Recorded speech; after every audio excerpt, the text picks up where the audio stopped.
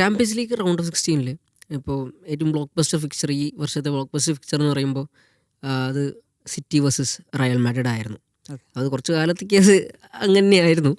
അപ്പോൾ ഇന്നലത്തെ മാച്ചിൽ പറഞ്ഞ പോലെ നമ്മൾ എല്ലാവരും ഈ മാച്ചിന് മുന്നേ സംസാരിച്ചിരുന്നത് റയലിൻ്റെ ഇഞ്ചുറീസിൻ്റെ പ്രശ്നങ്ങൾ, അതേപോലെ സിറ്റി ഫുൾ ഫോമിലാണ്, അവർ ഫുൾ ഫിറ്റാണ്, എല്ലാ പ്ലെയേഴ്സും അവൈലബിൾ ആണ്. അപ്പോൾ പക്ഷെ ആരും പ്രതീക്ഷിച്ചില്ല ഈ ഒരു റിസൾട്ട്.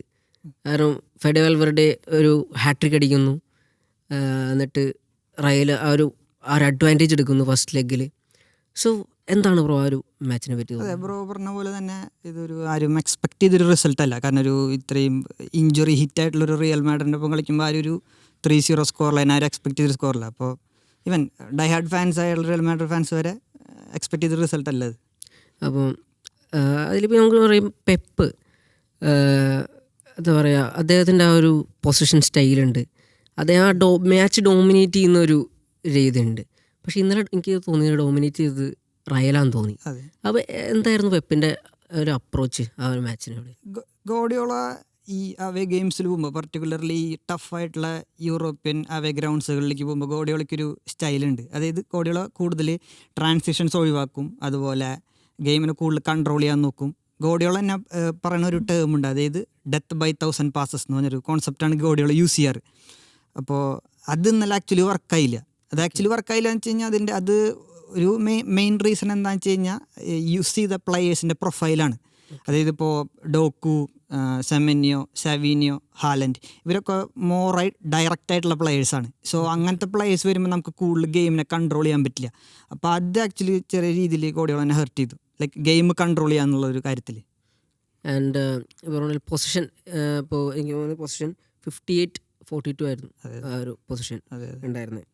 ആൻഡ് അതിലെനിക്ക് തോന്നുന്നത് ഈ സിറ്റിയുടെ പാസുകളെ കട്ട് ചെയ്യാനും അതേപോലെ പ്ലെയേഴ്സിനെ പ്രസ് ചെയ്യാനൊക്കെ അർബലോയുടെ ടീമിന് സാധിച്ചു, റയലിന് സാധിച്ചു.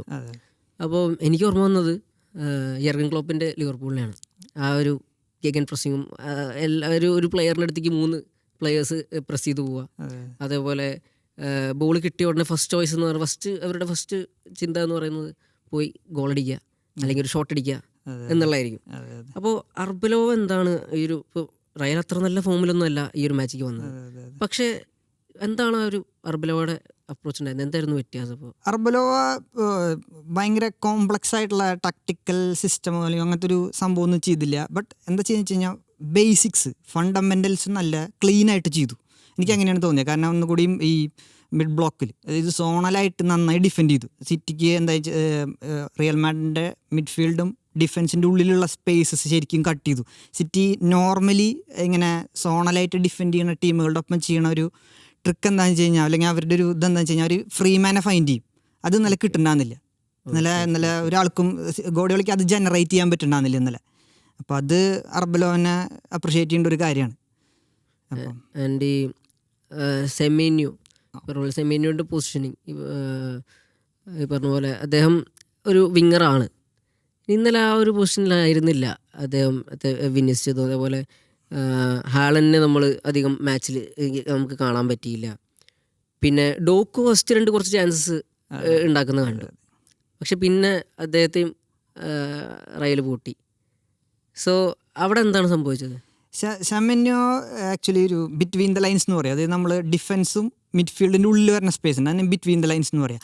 ആ ഒരു ജസ്റ്റ് ലിങ്കപ്പ് പോലെയാണെന്ന് സെമന്യോനെ യൂസ് ചെയ്തത്. പക്ഷേ എന്താ സംഭവിച്ചു കഴിഞ്ഞാൽ, സെമന്യോ ഒരു കൺജസ്റ്റഡ് ആയിട്ടുള്ള സ്പേസസിൽ കളിക്കാൻ ഒരു അങ്ങനത്തെ ഒരു പ്ലെയർ അല്ല. കുറേ കൂടി ഡയറക്റ്റ് പേസ് ഉപയോഗിക്കുന്ന ഒരു ടൈപ്പ് പ്ലെയറാണ്.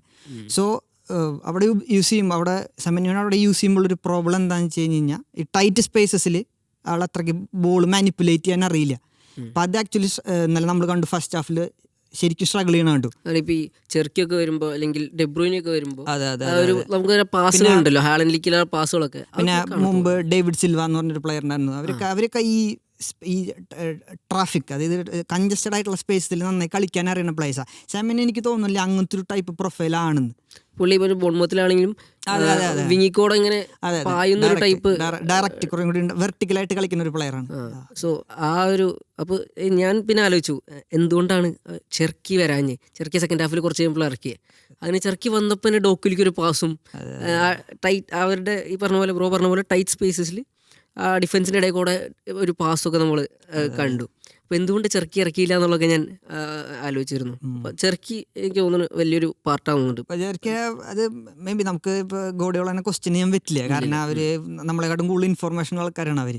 ഇപ്പോൾ ഗോഡിയോളേതായിട്ടുള്ളൊരു റീസൺ ഉണ്ടാവാം. മേ ബി അത് കൂടുതൽ ഇപ്പോൾ സെമിനിയൻ അവിടെ യൂസ് ചെയ്യുന്നത് കുറേ കൂടി ആ ഏരിയ ടാർഗറ്റ് ചെയ്യാൻ വേണ്ടിയിട്ടാവും. അതിൻ്റെ ഡയറക്റ്റ് ആയിട്ടുള്ള കളിയാണല്ലോ, അവർ ഏരിയ ടാർഗറ്റ് ചെയ്യാൻ വേണ്ടിയിട്ട് യൂസ് ചെയ്യണതാവും. ബട്ട് എനിക്ക് അത് തോന്നുന്നില്ല ആക്ച്വലി. ആ ഒരു പ്രൊമിസിങ് ആയിട്ടുള്ള പൊസിഷൻസിൽ സെമിനിയനെ ഫൈൻഡ് ചെയ്യാനും പറ്റിയില്ല. അതുപോലെ സെമിനിക്ക് ബോൾ കിട്ടുമ്പോഴും സെമിനിക്ക് അത് ആക്ച്വലി യൂട്ടിലൈസ് ചെയ്യാനും പറ്റിയില്ല. എനിക്ക് അങ്ങനെയാണ് പേഴ്സണലി തോന്നിയത്. കാരണം അതിൻ്റെ ഒരു ഉദാഹരണം എന്ന് വെച്ച് കഴിഞ്ഞാൽ സെക്കൻഡ് ഹാഫിൽ റൈറ്റ് വിങ്ങിലേക്ക് ഷിഫ്റ്റ് ചെയ്തിട്ടു സെമിനിയോനെ. അപ്പോൾ അത് ആക്ച്വലി വർക്ക് ചെയ്തില്ല എന്നാണ് അത് നമ്മളെ കാണിക്കണം. ആക്ച്വലി ഗോഡിയോളക്ക് അത് മനസ്സിലായി. ഇപ്പോൾ ഗോഡിയോള അത് ഷിഫ്റ്റ് ചെയ്ത് മാറ്റി. റൈറ്റ് സൈഡ് കുറച്ച് ഡെഡ് ആയിരുന്നു മാഞ്ചസ്റ്റർ സിറ്റിയുടെ. അത് അതിൻ്റെ ഒരു റീസൺ എന്താണെന്ന് വെച്ച് കഴിഞ്ഞാൽ കുസനോവ് കുറച്ചും കൂടിയും ലൈക്ക് ഒരു റിസ്ക് എടുക്കാത്തൊരു പാസറാണ്.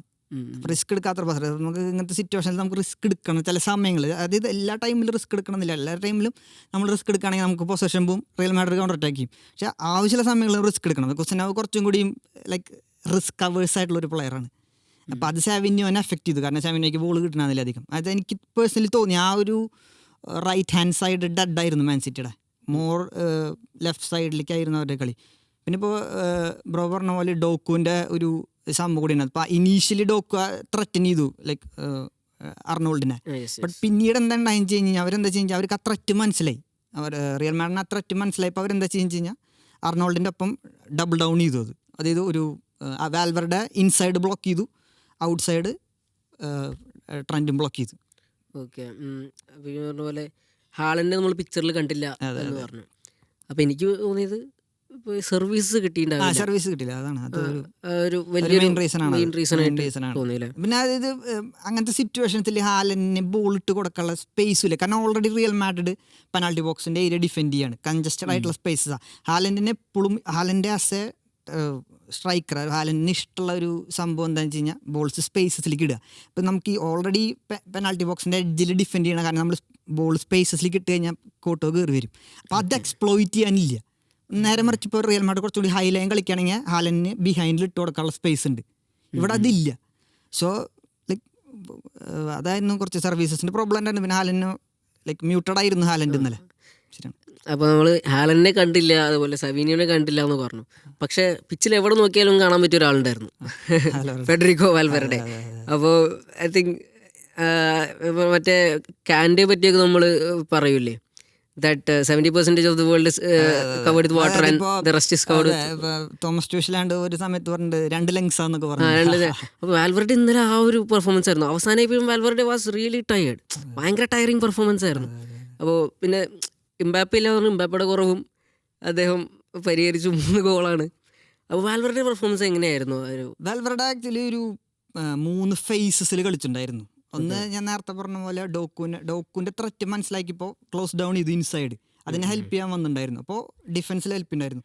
മിഡ്ഫീൽഡിൽ ഇതുപോലെ മിഡ്ഫീൽഡ് ബാറ്റിൽസ്, ഡുവൽസുകൾ വിൻ ചെയ്യാൻ 50-50 ബോൾസുകൾ ഉണ്ടാവില്ലേ, അത് വിൻ ചെയ്യാനുള്ളൊരു അതിലും ഉണ്ടായിരുന്നു, അതിലും ഇൻവോൾവ് ആയിരുന്നു. അറ്റാക്കിങ്ങിൽ നമ്മൾ കണ്ടു ഗോൾ സ്കോർ ചെയ്തു. അതെ ഇപ്പോൾ തിബറ്റ് കോർട്ടോൻ്റെ ആ ഫസ്റ്റ് പാസ് ഔട്ട്ലെറ്റ് ബോളാണ്, നിക്കോ റൈലിയുടെ മുകളിലുള്ള ഔട്ട്ലെറ്റ് ബോളുകളായിരുന്നു. അപ്പോൾ അതാണ് ഒരു 3 വാൽവെർഡെ എന്നൊക്കെ പറയാം നമുക്ക് വേണമെങ്കിൽ. ഒരു 3 ഫേസസിലും ഉണ്ടായിരുന്ന ആള് എക്സലന്റ് ആയിരുന്നു അല്ലേ.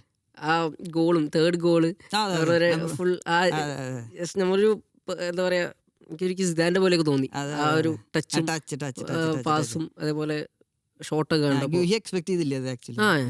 എക്സ്പെക്ട് ചെയ്തില്ല ആ ഒരു സംഭവം.